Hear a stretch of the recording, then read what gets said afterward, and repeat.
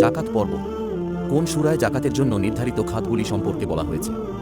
1 সূরা বাকারা, 2 সূরা তাওবা, 3 সূরা তোহা।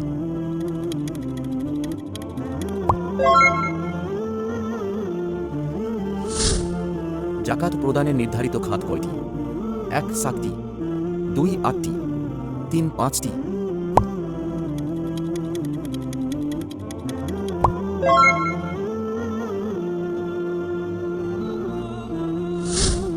জাকাতের টাকা মসজিদে দেওয়া। 1 জায়েজ, 2 জায়েজ হবে না, 3 জায়েজ তবে না দেওয়া উত্তম।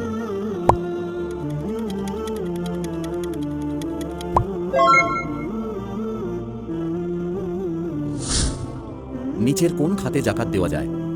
1 ফকির ও মিসকিন, 2 আল্লাহর পথে যারা আছে ও মুসাফির, 3 উপরের সবগুলো।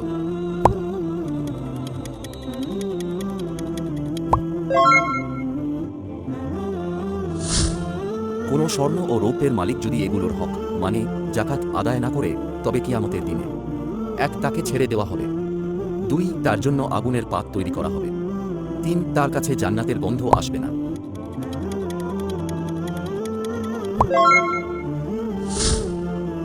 স্বামী যদি স্ত্রীর অনুরোধে বা অনুমতিক্রমে খুশি মনে স্ত্রীর জাকাত আদায় করে দেন, তাহলে 1 স্ত্রীর জাকাত আদায় হয়ে যাবে, 2 স্ত্রীর জাকাত আদায় হবে না, 3 স্ত্রীর জাকাত আদায় হয়ে যাবে এবং স্বামী সওয়াবের ভাগী হবেন।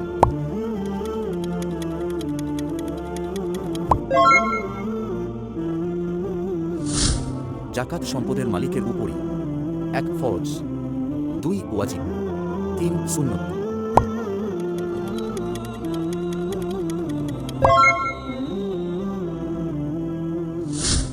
স্বর্ণের ক্ষেত্রে জাকাতের নিসাব হল 1 10 মিসকাল, 2 20 মিসকাল, 3 30 মিসকাল।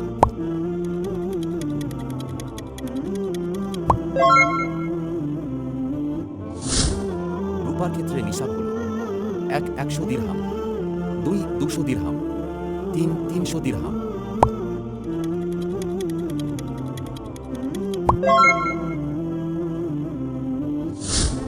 প্রয়োজনের উদ্ধৃত টাকা পয়সা বা বাণিজ্য দ্রব্যের মূল্য যদি $52 রূপার সমপরিমাণ হয়, তাহলে জাকাতের নিসাব পূর্ণ হয়েছে।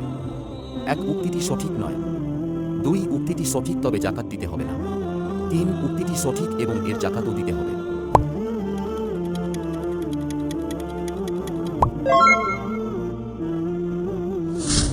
জাকাতের টাকা দিয়ে মোবাইল রিচার্জ করিয়ে দিলে জাকাত আদায় হবে কি?